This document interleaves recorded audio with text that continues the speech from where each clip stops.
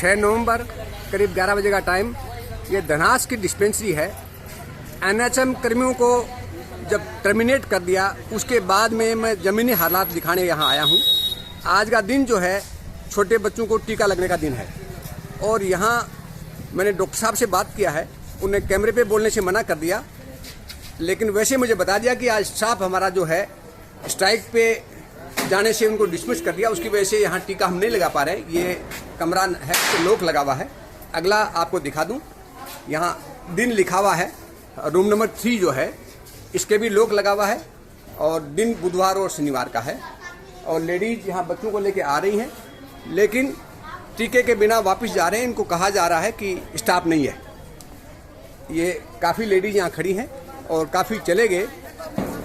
ये देखो बच्चे इनकी गोदी में हैं, सब टीका लगाने आए हैं, लेकिन बच्चों को बिना टीका वापस जाना पड़ रहा है। और हमारे सेक्रेटरी साहब जो है रात में भी हॉस्पिटल्स में जाके चेक करते हैं और ये दिखाते हैं कि मैं कितना पेशेंट्स के प्रति, लोगों के प्रति संजीदा हूँ, लेकिन ज़मीनी हालात आपके सामने ही है।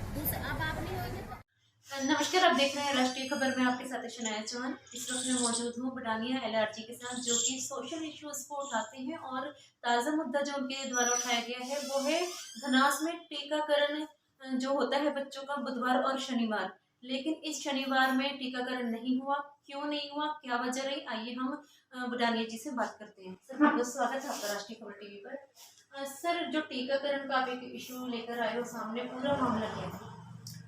हाँ, टीकाकरण नहीं है। 2 इशू हैं, दोनों धनास के हैं, कल के ही हैं। एक तो घर में लेडीज के डिलीवरी हुआ है बच्चे का, और एक जैसे शनिवार और बुधवार को छोटे बच्चों को टीका लगते हैं। तो ये एनएचएम कर्मियों को जो डिसमिस किया गया है, मुझे लगता है कि सारा मसला इसकी वजह से हो रहा है। मैं जब ये स्ट्राइक का था तो मैं सोचा कि मुझे जाना चाहिए ज़मीनी हालात क्या है। तो जब मैं धनास की डिस्पेंसरी में पहुंचा तो मैंने वहाँ के डॉक्टर से भी बात की। डॉक्टर साहब ने कैमरे में खोलने से मना कर दिया, लेकिन ऐसे ऑफ द रिकॉर्ड बताया कि हमारे पास स्टाफ नहीं है, इसलिए आज टीका हम नहीं लगा पा रहे। और 3 नंबर कमरा है, उसका हमने वीडियो भी शूट किया है। उसके बाकायदा उस पर टाइम देखा हुआ है, बुधवार और शनिवार का भी टीका लगेगा, और उसके कमरे के लोग लगा हुआ है, स्टाफ नहीं था। और दूसरा बात, वहीं से मुझे पता चला कि किसी वहीं जो 4 स्टोरी फ्लैट है उसमें किसी लेडीज को डिलीवरी भी घर में हुई है, हॉस्पिटल में उनको अटेंड नहीं किया गया। तो मैं वहाँ पहुँचा, उसका भी मैंने वीडियो शूट किया। वो आज संडे है, पिछले संडे को, मतलब 31 अक्टूबर को। कौन सा हॉस्पिटल में नहीं लिया गया उन्हें? सेक्टर 16 जनरल हॉस्पिटल में, जो शहर का सबसे बड़ा हॉस्पिटल है यूटी प्रशासन का। तो उसमें जब उस लेडीज को पेन हुआ सुबह 5 बजे, तो उसमें 5 बजे वहाँ पहुँचे और 8 बजे तक वो रहे वहाँ पर, जैसा मुझे उसके हस्बैंड ने बताया, वो ऑन रिकॉर्ड बताया है। और उसमें 3 घंटे के बाद उनको कोई अटेंड करने वाला नहीं था। और मुझे तो लगता है उसमें भी वो स्टाफ की शॉर्टेज है। स्टाफ अगर प्रॉपर होता तो ऐसी नौबत शायद नहीं आती।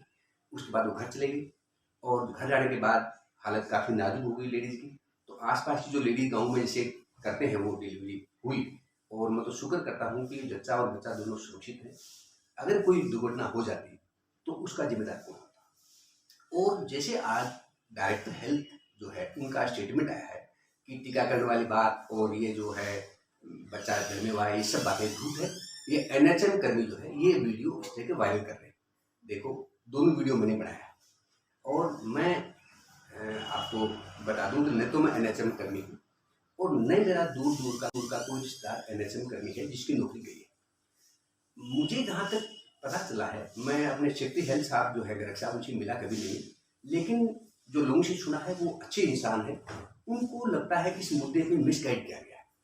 नहीं, उनका मुद्दा कोई इतना बड़ा नहीं था। सेंट्रल गवर्नमेंट ने उनको अप्रूव कर दिया कि डीसी रेट का पैसे दिए जाए, और यहाँ के फाइनेंस डिपार्टमेंट ने बजट अलॉट कर दिया 1 सितंबर को। वो लेटर दोनों मेरे पास आए, तो उसके बाद तो कोई मसला ही नहीं बच सकता।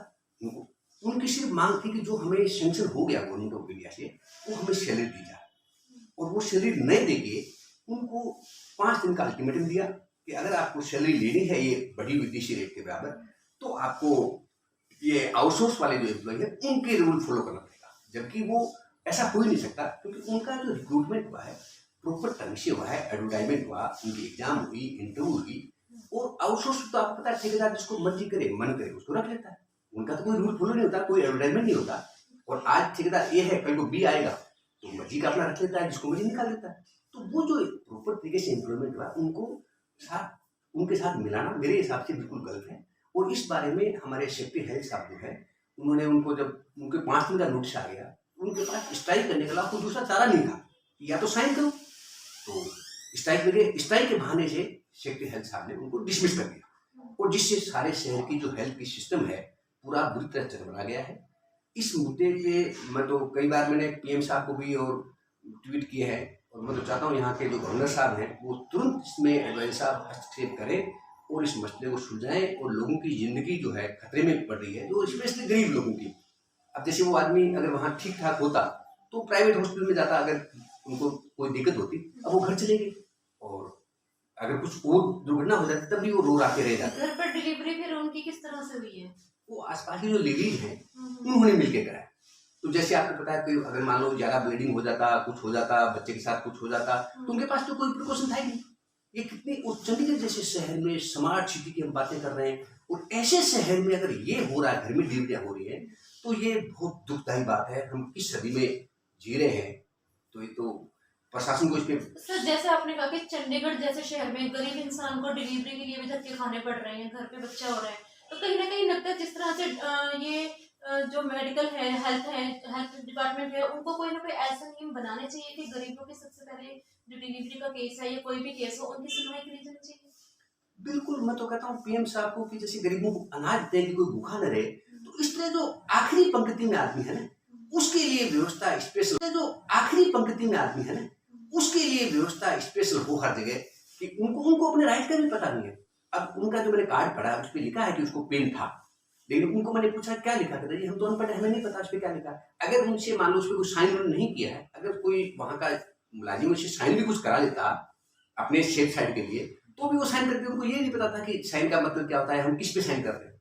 तो ये मेरे हिसाब से जो हमारे लिए चंडीगढ़ जैसे शहर में और पढ़े लिखे जितने भी लोग हैं, उनको इस बारे में बहुत ज़बरदस्त तरीके से आवाज़ उठानी चाहिए, और प्रशासन को इमीडिएट एक्शन लेके, और ये एनएचएम कर्मियों का जो है ये भी मसला जो कानूनी तौर पे मेरे मुताबिक, मुझे नहीं पता, और उसको सेक्रेटरी हेल्थ साहब को इसको देखना चाहिए। और मैं एक और बात कहता हूँ, सेक्रेटरी हेल्थ साहब को डायरेक्टर हेल्थ से जो आज स्टेटमेंट दिया है कि दोनों वीडियो झूठे हैं, इनको 16 सेक्टर का सीसीटीवी फुटेज 31 अक्टूबर का सुबह 5 से 8 बजे तक देखना चाहिए। और कल सैटरडे को जिन जिन बच्चों का टीकाकरण धनास के डिस्पेंसरी में हुआ है। ताज़ा खबरों से जुड़े रहने के लिए सब्सक्राइब करें राष्ट्रीय खबर टीवी और बेल आइकन दबाना ना भूलें।